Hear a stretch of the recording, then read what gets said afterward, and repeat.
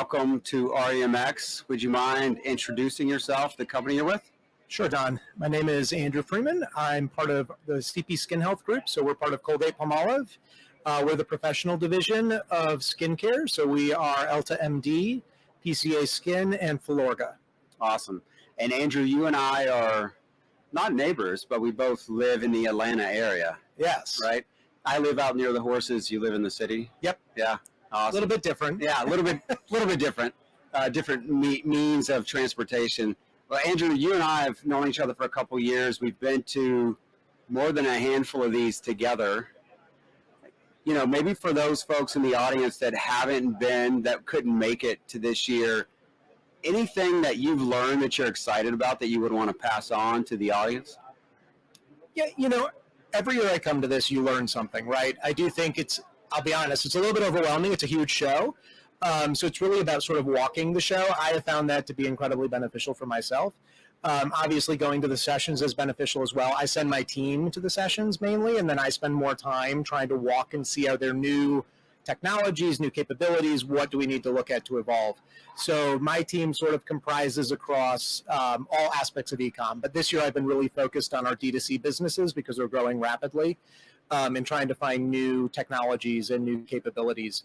A lot of it is all around consumer experience, because consumer experience is so important. And right now, everything is about driving conversion. And so everything I've been looking at has been about how can we convert better in our category. So we've looked at, or I've been looking at diagnostic technologies, right, to do like facial diagnostics, and technologies also that are looking to leverage ChatGPT and the technology around that in speaking to our customers so that we can better help our customers. Because the biggest issue we run into is we're more of a scientific brand. A lot of our products are based in science, so you have to do a lot of education. So a lot of it for me this year has been about how can I find conversion driving tactics, especially around education. That's interesting. You know, you and I have talked about this before, and several of us that are, I would say, e-commerce OGs probably share this perspective. But, you know, e-commerce is math in some regards, and it's a formula. And I think you brought up a really good point. You know, we think about it as it's traffic, conversion, price, and availability. Yep. And to your point, I think conversion, more specifically around content, is going to be a big focus. That was one of the things that I took away from this year's event was a really clear focus, probably more than years past, on how are we converting consumers and how are we converting the traffic we're driving. And I think with retail media doing what it's doing, and probably, I don't know what you think here, but I don't think it's in the first inning, maybe the second inning, but it'll be more and more important. And I would imagine next year's show and the next year's show will be probably even more and more focused on content optimization and conversion. Yeah, I agree. And I do think, like, for us, it's interesting. In our category, retail media is very different, right? It's literally Amazon. That is our retail media. Our other partners in e-com, when we look at like our e-tail side of our business and our omni side, they're smaller businesses, so they're not huge companies, and they just haven't really gotten into the retail media component yet. They don't really understand it. So it is interesting in that regard for my category. It's a little bit behind the time, but then we're ahead when it comes to consumer experience and how we address our consumer. Because we really do, our businesses grow faster online, especially in direct to consumer, so there's a lot of that interaction that you need to have.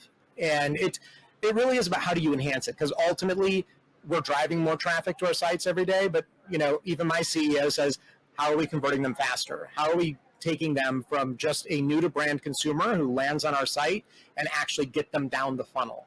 So that's our biggest challenge, is taking top of funnel through, you know, bottom of funnel, because it's a longer period in skincare for people at top of funnel. They need to be sort of bombarded more and come to the site more and be educated more until they're comfortable to move down the funnel. So that's why for us it is incredibly important, and content is critical. It literally is king in our category. No, that's great. Anything in closing that you would like to see? We'll make sure we relay this to our friend Christina, who oversees content for Shoptalk. Anything you would like to see next year as we all come back? Or actually, I think they announced a new one sometime later in the year. But let's just say the next the next year's show, what would we like to see that you didn't maybe see as much of? I'm trying to think. I mean, honestly, as I mentioned, I've gotten to see less of the show and the programming. So I'll be honest on that part. I'm probably a little bit won't have as much knowledge. It's interesting. So last year, everything was metaverse based. I don't know if you remember last year's show. It was almost too much metaverse. Now this year, we're all back to media and content, but nothing about like Web 3.0. Right. And I think that was like too much of an overcorrection in the wrong way. I didn't see any board API Club things this year. Yeah, heavy last year. There needs to, and that's what we need. Like, I feel like we do need to have some more of that again next year. Right. And also, like, how do we leverage certain? I mean, I'm not the tech guy, but still, I want to know as a business leader, if I'm going headless as an example with our D2C sites, which we're converting our sites to headless. How does it? What advantage does that have for me? How can I take something like that and leverage it to keep growing my D2C businesses? I know it's really specific to my business, but the reality is it would be beneficial to know. And I think as more companies go into D2C, it becomes more critically important for them to understand. Because again, it all goes back to content and the conversion aspect of it, because it is all front end based. So got it. Very helpful. So not as much NFT focused, a little bit more headless commerce focused capabilities. Got it, blend. Yeah, but I would say this year, overall, I've been quite happy with the show. I think, to your point, it can be overwhelming, even for veterans like you and I, old timers that have done this show many times. I think it's helpful to choose your spots, spend time on those, and I think probably for those folks that are in the roles similar to you and I, really spend time, probably a little less time with some of the presentations and more time on the floor looking at capabilities and developments and how they intersect with our strategies that we're deploying across the business. So awesome to have you. Thank you for joining RimX. Always great to see you, and maybe we'll meet in the middle somewhere in Atlanta and have coffee sometime. yeah, absolutely. Thank you very much.